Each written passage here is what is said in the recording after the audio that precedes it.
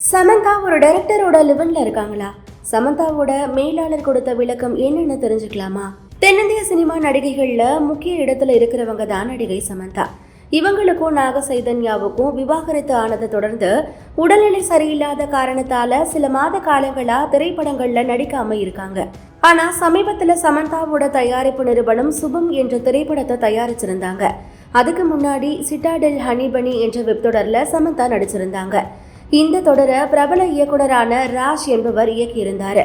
இந்த நிலையில இயக்குனர் ராஜும் சமந்தாவும் லிவ்-இன் ரிலேஷன்ஷிப்ல இருக்கிறதாவும் விரைவிலேயே இவங்க 2 பேரும் ஜோடியா மும்பையில குடியேற போறதாவும் பரபரப்பா பேசப்பட்டுட்டு வருது.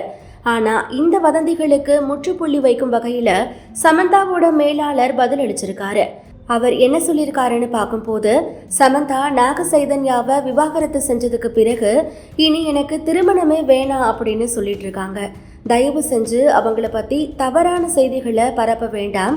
அவங்களுக்கு இடையில அந்த மாதிரி எந்த பந்தமும் இல்லை அப்படின்னு விளக்கம் கொடுத்திருக்காரு.